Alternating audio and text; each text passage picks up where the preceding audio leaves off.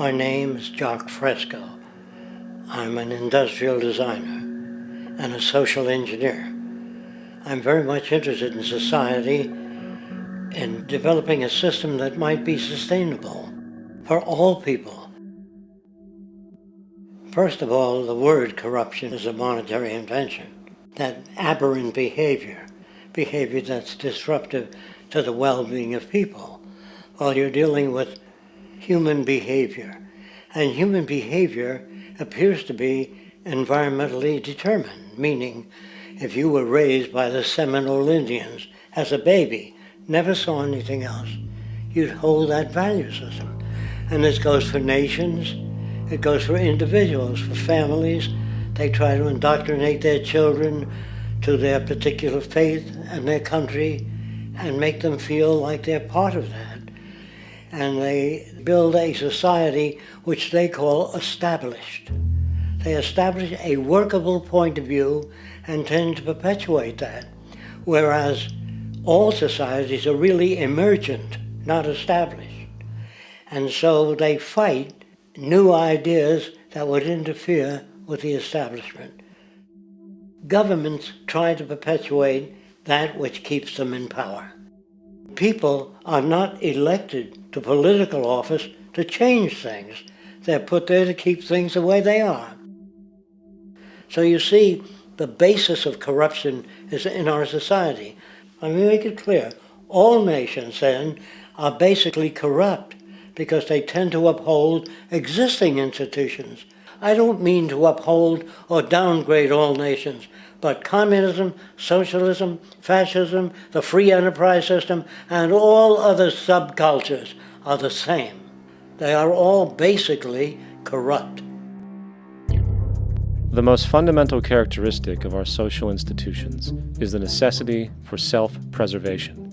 Whether dealing with a corporation, a religion, or a government, the foremost interest is to preserve the institution itself. For instance, the last thing an oil company would ever want is the utilization of energy that was outside of its control, for it makes that company less relevant to society.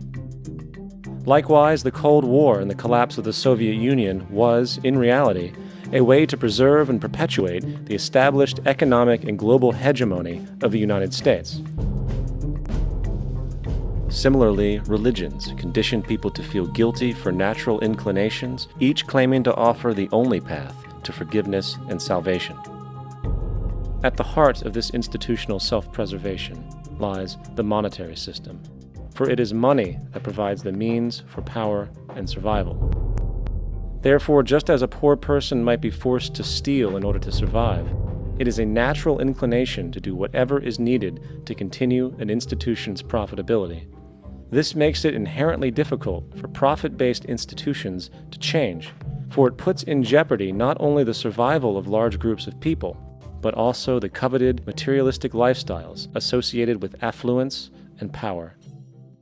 Therefore, the paralyzing necessity to preserve an institution, regardless of its social relevance, is largely rooted in the need for money or profit.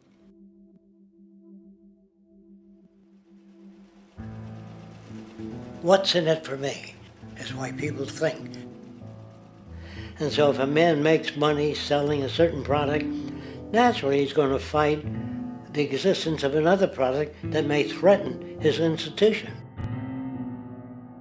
Therefore, people cannot be fair, and people do not trust each other.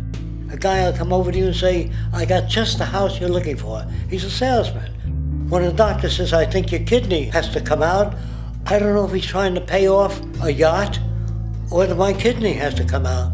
It's hard in a monetary system to trust people. If you came into my store and I said, this lamp that I've got is pretty good, but the lamp next door is much better, I wouldn't be in business very long. It wouldn't work. If I were ethical, it wouldn't work. So when you say industry cares for people, that's not true. They can't afford to be ethical. So your system is not designed to serve the well-being of people. If you still don't understand that, there would be no outsourcing of jobs if they cared about people. Industry does not care. They only hire people because it hasn't been automated yet. So don't talk about decency and ethics. We cannot afford it and remain in business.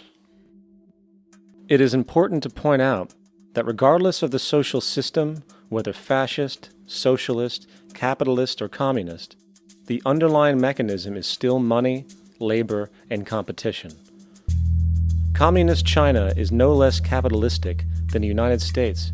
The only difference is the degree by which the state intervenes in enterprise. The reality is that monetaryism, so to speak, is the true mechanism that guides the interests of all the countries on the planet. The most aggressive and hence dominant variation of this monetaryism is the free enterprise system.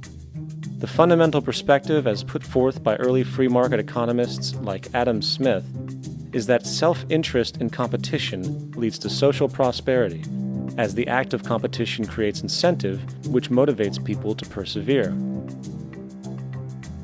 However, what isn't talked about is how a competition-based economy invariably leads to strategic corruption, power and wealth consolidation, social stratification, technological paralysis, labor abuse, and ultimately, a covert form of government dictatorship by the rich elite. The word corruption is often defined as moral perversion. If a company dumps toxic waste into the ocean to save money, most people recognize this as corrupt behavior.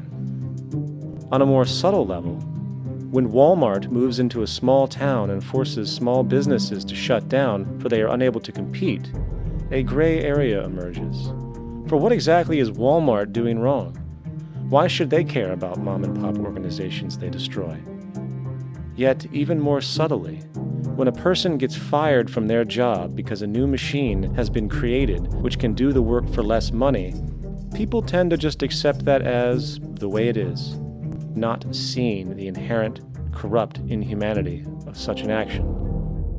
Because the fact is, whether it is dumping toxic waste, having a monopoly enterprise, or downsizing the workforce, the motive is the same: profit. They are all different degrees of the same self-preserving mechanism, which always puts the well-being of people second to monetary gain. Therefore, corruption is not some byproduct of monetaryism. It is the very foundation. And while most people acknowledge this tendency on one level or another, the majority remains naive as to the broad ramifications of having such a selfish mechanism as the guiding mentality in society. Internal documents show that after this company positively, absolutely knew that they had a medication that was infected with the AIDS virus, they took the product off the market in the U.S. and then they dumped it in France, Europe, Asia, and Latin America. The U.S. government allowed it to happen. The FDA allowed this to happen. And now the government is completely looking the other way. Thousands of innocent hemophiliacs have died from the AIDS virus. This company knew absolutely that it was infected with AIDS. They dumped it because they wanted to turn this disaster into a profit. So you see, you have built-in corruption. We're all chiseling off each other, and you can't expect decency and that sort of thing. And feeling that, they don't know who to elect.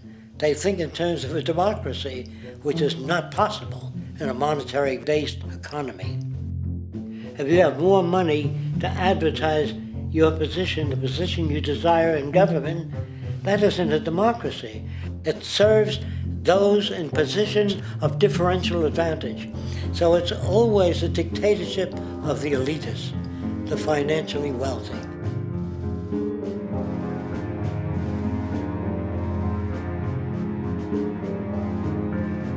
It is an interesting observation to note how seemingly unknown personalities magically appear on the scene as presidential candidates. Then, before you know it, somehow you are left to choose from a small group of extremely wealthy people who suspiciously have the same broad social view. Obviously, it's a joke. The people placed on the ballot are done so because they have been pre-decided to be acceptable by the established financial powers who actually run the show. Yet, many who understand this illusion of democracy often think, If only we could just get our honest, ethical politicians in power, then we would be okay. Well, while this idea, of course, seems reasonable in our established-oriented worldview, it is, unfortunately, another fallacy. For when it really comes down to what is actually important, the institution of politics, and thus politicians themselves, have absolutely no true relevance as to what makes our world and society function. It's not politicians that can solve problems. They have no technical capabilities. They don't know how to solve problems. Even if they were sincere, they don't know how to solve problems. It's the technicians that produce the desalination plants.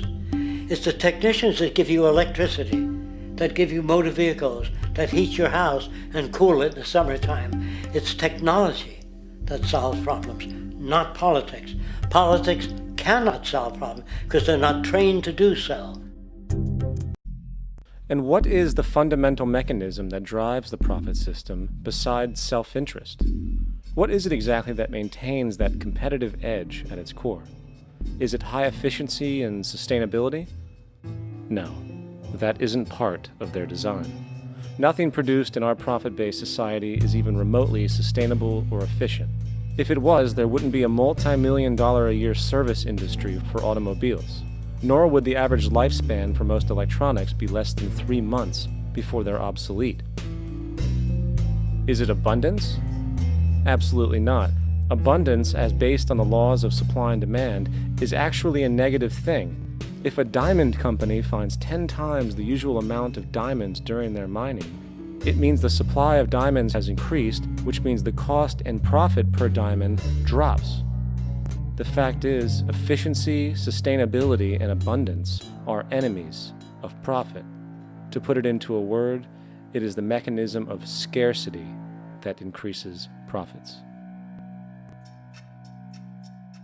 What is scarcity? Based on keeping products valuable. Slowing up production on oil raises the price. Maintaining scarcity of diamonds keeps the price high. They burn diamonds at the Kimberley diamond mines. They're made of carbon. That keeps the price up. So then, what does it mean for society when scarcity, either produced naturally or through manipulation, is a beneficial condition for industry? It means that sustainability and abundance will never ever occur in a profit system, for it simply goes against the very nature of the structure. Therefore, it is impossible to have a world without war or poverty. It is impossible to continually advance technology to its most efficient and productive states. And, most dramatically, it is impossible to expect human beings to behave in truly ethical or decent ways.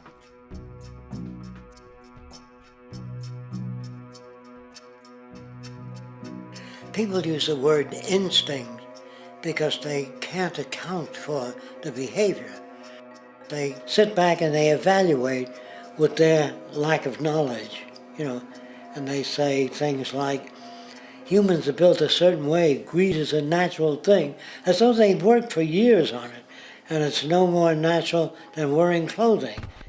What we want to do is to eliminate the causes of the problems, eliminate the processes that produce greed and bigotry and prejudice and people taking advantage of one another and elitism, eliminating the need for prisons and welfare.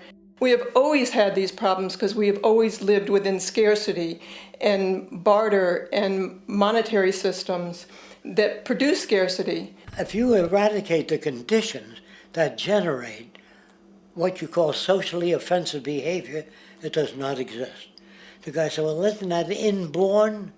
No, it's not. There is no human nature, there's human behavior, and that's always been changed throughout history. You're not born with bigotry and greed and corruption and hatred. You pick that up within the society. War, poverty, corruption, hunger, misery, human suffering will not change in a monetary system. That is, there'll be very little significant change. It's going to take the redesign of our culture, our values, and it has to be related to the carrying capacity of the earth, not some human opinion or some politician's notions of the way the world ought to be, or some religious notions of the conduct of human affairs. And that's what the Venus Project is about.